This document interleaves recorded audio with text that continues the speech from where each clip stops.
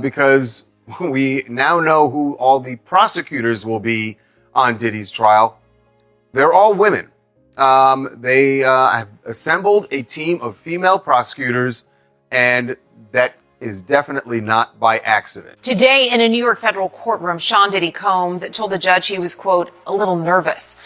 The Rat Mogul's criminal trial began this morning. He is trafficking, racketeering. The courtroom was electric with tension, the kind of atmosphere where every shuffle of papers felt like an explosion, every whispered word like a shout. Sean Diddy Combs, a man who built an empire on charisma, talent, and an uncanny ability to read the room, now sat at the center of a storm.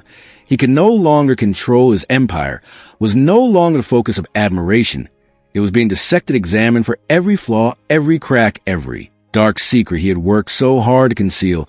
But today wasn't just another day in what was already shaping up to be one of the most high-profile trials in recent memory. Today, the prosecution had something that would redefine the case entirely. One other quick thing. They can't find witness number 3 still. This is apparently an ex-girlfriend of Diddy's who was one of the alleged victims. And prosecution can't find. Diddy looked composed at first glance, but anyone paying close attention could see the signs of strain, the way his jaw tightened every few seconds, his fingers tapping rhythmically on the table, as if he were trying to maintain some semblance of control. His legal team, a collection of the sharpest minds money, could be sat beside him whispering in hushed tones, though even they seemed more tense than usual. Across the room, the prosecution was almost serene, their lead attorney holding a flash drive. With the confidence of someone who knew they were about to detonate the proceedings, the judge approved, and the prosecutor stood up with sharp and commanding tone. She declared that the government intended to present new evidence and audio, recording the mere mention of this cause a stir in the courtroom. But the real shock came with her next statement. She revealed that the recording included testimony from Christian Combs. The courtroom erupted in chaos. Christian Combs, Diddy's son, the judge, quickly struck her gavel in an attempt to restore order, but the impact of the revelation had already taken hold. Gasps, hurried whispers, and even audible expletives filled the air as the significance of the announcement set in. The defense wanted to propose a question on, after the potential jurors filled out their questionnaire, have they seen any news media, any documentaries, anything just relating to a news medium, and whether or not they saw it in between them filling out the questionnaire to Monday morning when they saw, or when they go to jury. Christian's name had lingered in the shadows of this case, mentioned only in passing, a figure many assumed would remain silent. But now he was at the center of it all. His voice, the very thing that could shatter his father's defense. The room stilled as the prosecutor pressed play on the audio, and Christian's voice filled the air. It was steady, deliberate, and carried the weight of someone who had thought long and hard about what he was about to reveal. He began by recounting moments that only someone with an intimate view of Diddy's world could describe. Christian spoke of gatherings held in private mansions far from prying eyes, where the guest lists were curated with precision according to his testimony. These weren't just parties, they were orchestrated productions. He described the atmosphere as one of exclusivity, but also control, where attendees knew the unspoken rules: no cameras, no phones, no questions. He went on to mention how certain individuals would arrive at these events escorted by intermediaries, and how their presence often came with envelopes of cash handed out later, silence money, as he called it. In her civil lawsuit, Cassie said that she was the victim of abuse, assault, and at the hands of Diddy. Christian didn't stop there. He painted a picture of a world where loyalty wasn't just expected, it was demanded. He alleged that his father's inner circle operated like a machine, with Diddy at the helm dictating every move. According to Christian, even family wasn't exempt from the rules. He detailed conversations he'd overheard where people were warned about the consequences of crossing Diddy. He always made sure people knew he could make or break them. Christian said in the recording, his voice tinged with a mix of resignation and bitterness. The recording also addressed financial transactions that raised suspicions. Christian stated that he had seen spreadsheets detailing payments to various individuals, some of whom were later instructed to keep their stories straight. When questioned by others, he described private flights not just for business or leisure, but for purposes that seemed intentionally vague. Everything had a purpose, and it was always Diddy's purpose. U.S. judge has ruled that the rapper and producer Sean Diddy Combs will stand trial on federal trafficking and racketeering charges in May. He'll be held in prison until then. Sean Combs has pleaded not guilty to charges that he used his business empire to transport women and male workers across state lines to take part in recorded performances.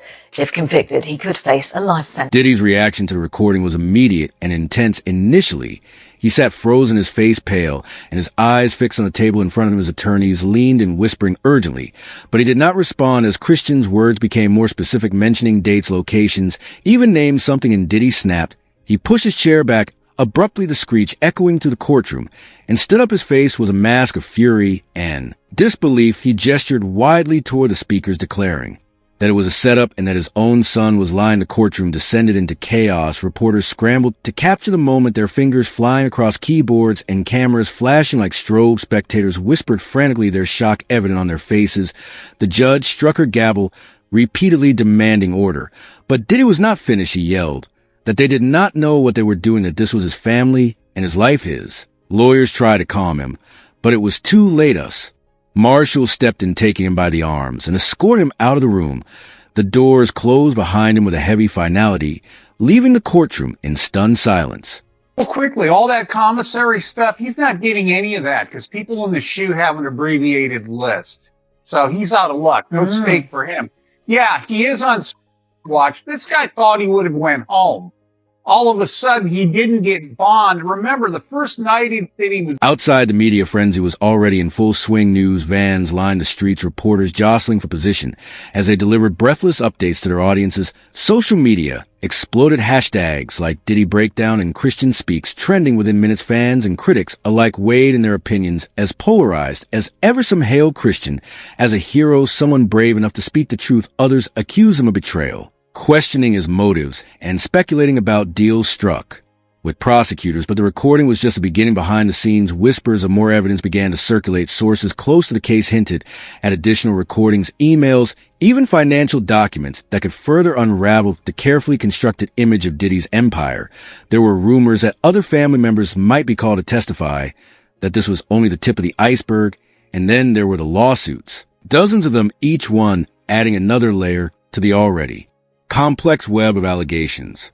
Latest on the arrest of Sean Diddy Combs. This one has so many people talking. The disgraced music mogul facing federal racketeering, conspiracy, and trafficking charges. Both the prosecution and defense teams are set to discuss the next phase of action following the indictment, as investigators work to determine potential co-conspirators. But how exactly did we... One particularly damning civil suit filed by a former employee claimed that Diddy's company had operated with a culture of fear and secrecy. The plaintiff alleged that employees were often coerced into signing non-disclosure agreements, and that those who refused were quickly and quietly replaced. Another suit brought by a woman identified only as victim 3 detailed alleged instances of manipulation and intimidation, painting a chilling portrait of a man who uses power to silence those who dared to speak out. As the judge adjourned the session, the weight of what had just transpired hung heavy in the air. This wasn't just a trial anymore. It was an unmasking, a public dissection of a man who had spent decades cultivating an image of invincibility. And yet the cracks were undeniable, the walls closing. The question now wasn't if Diddy's empire would fall, it was how much would collapse with it, and who else might be caught in the wreckage. The courtroom emptied slowly, the whispers of those present carrying a single unspoken thought: there was still more to come. Investigation is ongoing, and I encourage anyone with information about this case to come forward and to do it quickly. But this wasn't just about a son's betrayal anymore. The courtroom drama was only the surface of a much larger, murkier story, a web so tangled it could trap half of Hollywood.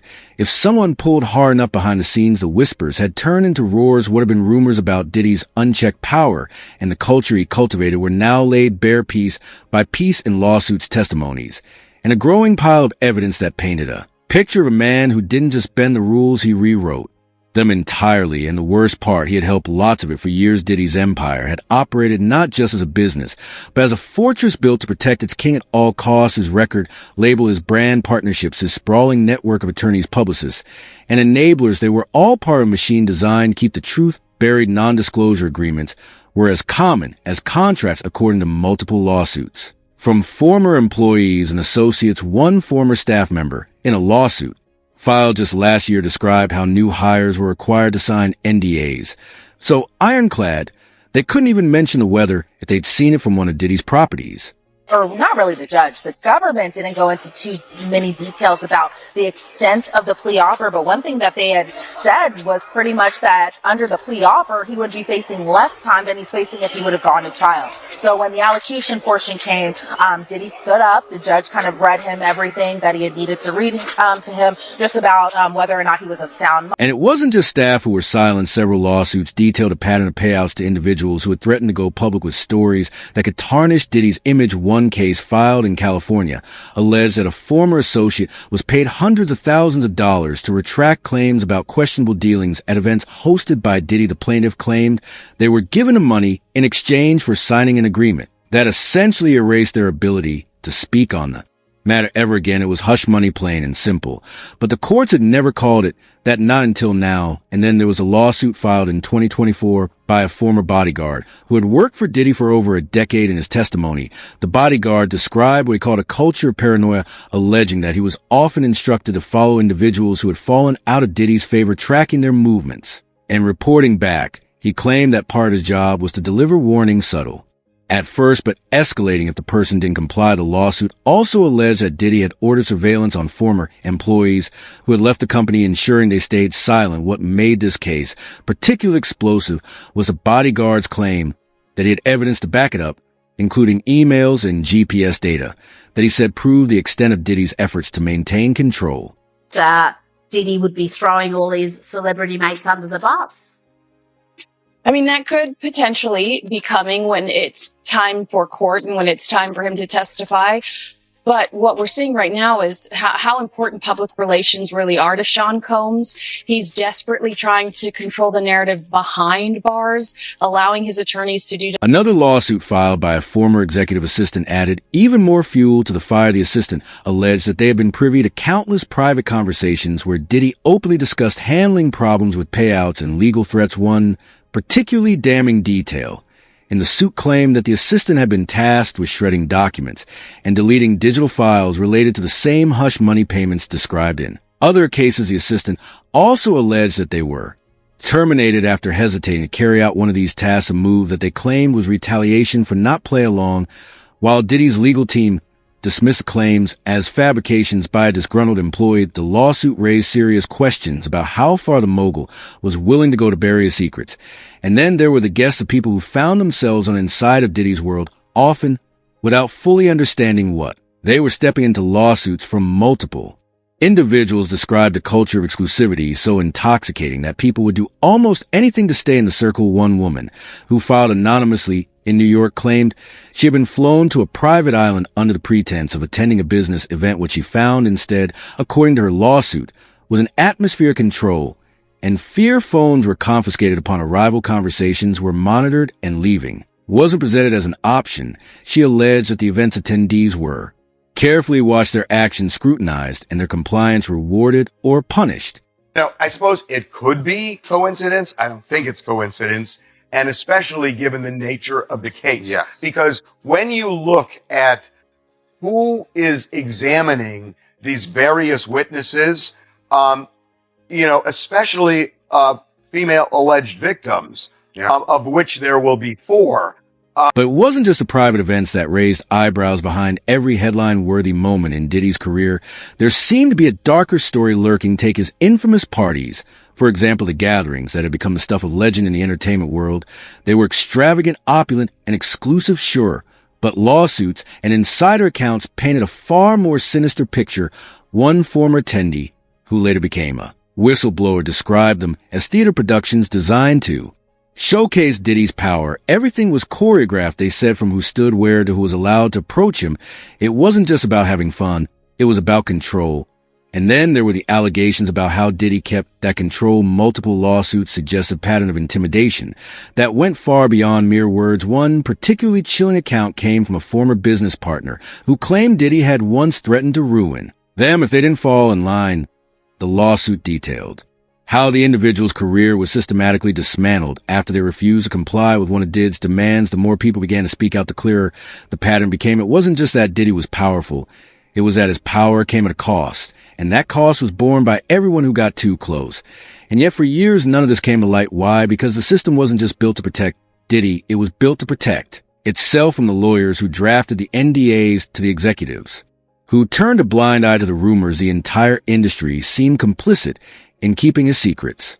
This is very significant, just from who we associate Diddy being and everything we've seen him do over the decades. Like you said, this is quite the downfall to go from, I mean, we saw the mansions back in March that were raided by the feds. So to go from living in those mansions to being in a jail cell right now, I think it really underscores the magnitude of what he's facing and the weight of the federal government. But now the cracks in the facade were impossible to ignore. The lawsuits were piling up, the testimonies were becoming harder to dismiss, and the public was starting to ask questions that no amount of PR spin could deflect. How had Diddy managed to avoid accountability? For so long, who else had known about the things happening behind closed doors? And perhaps most importantly, why were people only speaking out now? Some speculated that the timing wasn't coincidental as the entertainment industry began to reckon with its history of power dynamics and exploitation. Diddy's empire had become an easy target, but others believed it was more than that. They pointed to the growing number of insiders who had started to turn on him, including people who had once been considered untouchable Christians. Testimony was just the beginning.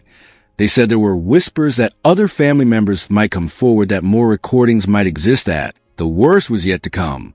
That they will be adding 2 defense attorneys. We only thought initially it was 1, but one thing that stood out to me when Mark Agnifilo was talking about this was he said that these defense attorneys are in the courtroom right now. I didn't see Mark Garagos in that courtroom, but what I did see is 2 defense attorneys that have been there when Brian Steele came on board, and those 2 defense attorneys were Nicole. And then there were the financial implications. If the lawsuits continued to mount, Diddy's empire could face ruin, not just in the court of public opinion, but in a very real monetary sense. Several of his business ventures were already rumored to be under review by their partners, and at least one major brand had quietly distanced itself from him in recent months. Insiders speculated that if the trial went the way the prosecution hoped, Diddy might not just lose his freedom, he might lose everything.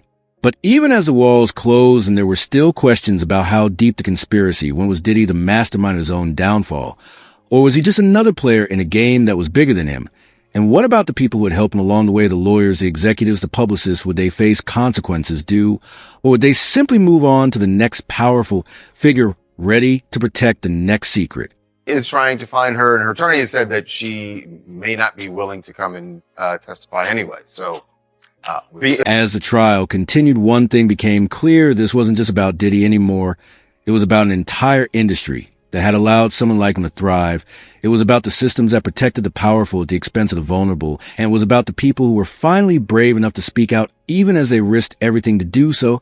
So what do you think? Is Diddy's empire crumbling under the weight of its own secrets, or is this just the beginning of a much bigger fallout? And what about the people who stood by him all these years? Should they be held accountable too? Drop your thoughts in the comments. And let's see where this story goes next. Until then, stay tuned. This one's far from